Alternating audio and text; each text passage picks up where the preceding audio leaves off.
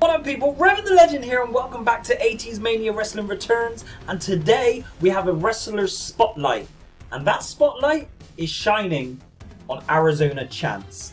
Now Arizona Chance is one of the first cards that you get in the game. He is essentially a starter pack card. He is, without question, the #1 babyface that you get to receive when you start the game, and we're going to take a look at the character, any ults that he has, tag teams, rivalries. We're going to dive in deep on this video.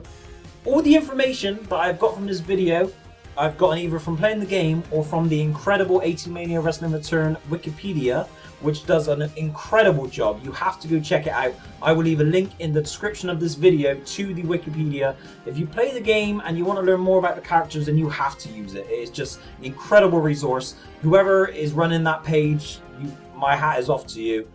Literally, I would take it off, but my hair is a disgrace. You guys are fantastic. So let's get in to Arizona Chance.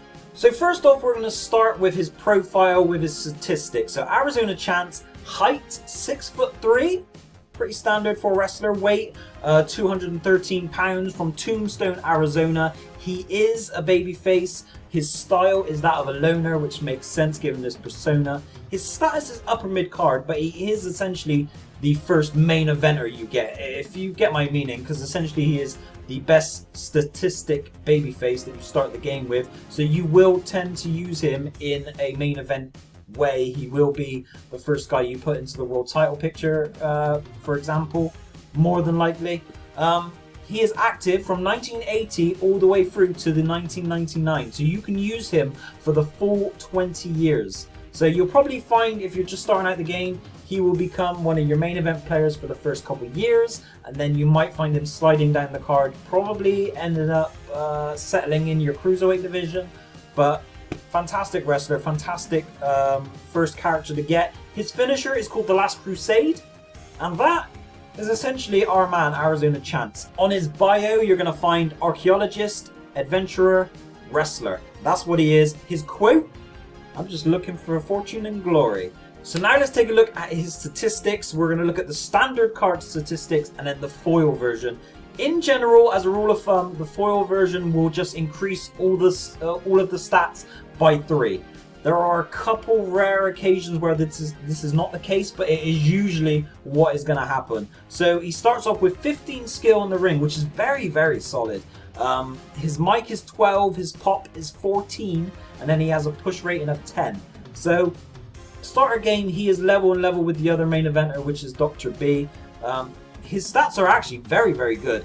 I didn't even realize that his pop was as good as it is. So you can use him quite solidly during skits as a loner once you've leveled him up to max. And then of course the foil version, you add 3 to all those figures, 18 skill, 15 mic, 17 pop, and then he gets a 13 push rating for an overall draw of 63 as a foil, 51 as a standard card. So very, very solid card. And one other thing we should probably mention is that he was the winner of the first March Mania in 2019. The March Mania is an event that the game developers put on where you can vote via Twitter or via Facebook on your favorite characters in like an elimination bracket style. And he was the winner. He was the first winner, and they've only done 2 at the minute, so quite a prestigious honor for him, and just goes to show how beloved he is by fans of the game. So now we're going to go to inspiration. Now, the majority of the cards in this game are inspired in one way or another by someone within pop culture or within the wrestling business. Arizona is no different. Quite an obvious one to spot. He is inspired quite heavily by Indiana Jones and Harrison Ford, and that will come into effect a bit later on in the video. So that segues quite nicely into the feuds. So his first feud is called Temple of Boom. So basically it is a feud between him and Big Thug. Now Big Thug, majority of the time, is going to be a tag team wrestler, but you can put these two into a feud. Probably not quite good enough for the main event because Big Thug's stats just don't measure up as well, but a fun feud to run, especially mid-card, or if you want to involve it within the tag team division. And obviously called Temple of Boom because of the scene from Indiana Jones where the two characters, who are obviously based off the people in that scene, come face to face. I might insert a clip right now.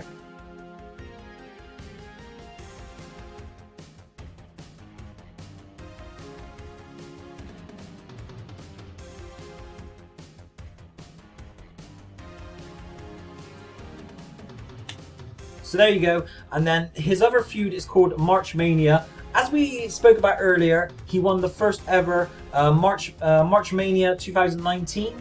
The person he faced in the final was Valedictorian.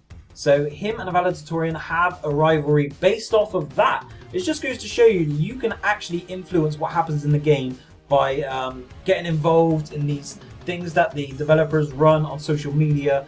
And this is what happens. So these two are involved in a feud as well. So now we move to tag teams. He is in a single tag team. It is called The Adventurers, and he is tagged up with Red Pirate Rogers. So obviously Indiana Jones, Arizona Chance, an adventurer. The same kind of goes for the gimmick of Red Pirate Rogers. He is a pirate, he's a swashbuckler, he's an adventurer, he's a seafarer. So the two work together as a tag team, and those two also have a tag team rivalry.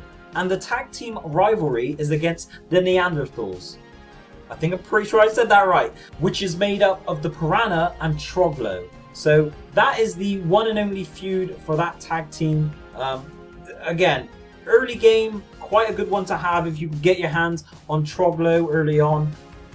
And a pretty solid feud that you can build a few cards around. And now we come to the subject of alts, of different gimmicks. A lot of wrestlers in the game get a second, a third, a fourth gimmick, and Arizona Chance is no exception. So as a result of him winning the original March Mania, he got an alternative card. And this card, for me, as a huge Star Wars fan, is amazing. It is called Chance Solar, which is obviously a big play on Han Solo. If you look at the image, the resemblance is clear, plus the link with Harrison Ford as Indiana Jones, which is what his main card is based off of, is just perfect. It's flawless. The guys did an incredible job. Bio reads, after an archaeological dig led Arizona Chance to uncover the secrets of the cosmos, he adopted this new gimmick to help keep that vital knowledge safe from evil. His quote, of course, never tell me the chances. They absolutely killed it with this alternate card. Let's run his statistics real quick. Everything's the same, 6'3", 215 pounds. He's put on 2 pounds, fine. From Tombstone, Arizona. He is a good guy. He is a loner. He is a main eventer, so he's had a bump up in status. He is active again from 80 to 99. So as soon as you unlock this card, you can run him for the full 20 year. And his finisher, the beautifully named Chance Shoots First. The guys have killed it with this ult. It's a fantastic. Let's quickly go through the statistics. It is a pretty decent bump on Arizona Chance. 14 skill, 13 mic, 14 pop, and 12 push. So everything apart from the skill has improved. Foil version, again, add 3 onto those numbers. 17 on the skill, 16 on the mic, 17 on the pop, and 15 on the push, giving him a 65 rating overall draw as a foil, 53 as a standard. So now we're going to go to feuds and tag teams. He is in 3 teams and he has 1 solo feud. His solo feud is called Bring Him to Me, and unsurprisingly involves Dark Invader, which is a card very loosely, or not as loosely, based on Darth Vader. So nothing to be surprised about there. And then he is a part of 3 teams. So we'll go for the first one, which is called Scoundrels, which again, unsurprisingly, is him and Harry, who is, again, obviously very inspired by Chewbacca. They have 2 feuds. The first one is called Inner Space, which actually involves damage control. So a bit of an odd one there, really. I wasn't expecting those to be 2 teams that would be matched up, but there you have. That's one of their feuds. And then the other feud is called Strike Back, which unsurprisingly involves Dark Invader and Death Star Boy. So that gives you 2 really good tag team feuds to have if you have managed to unlock Chance Solar and Harry.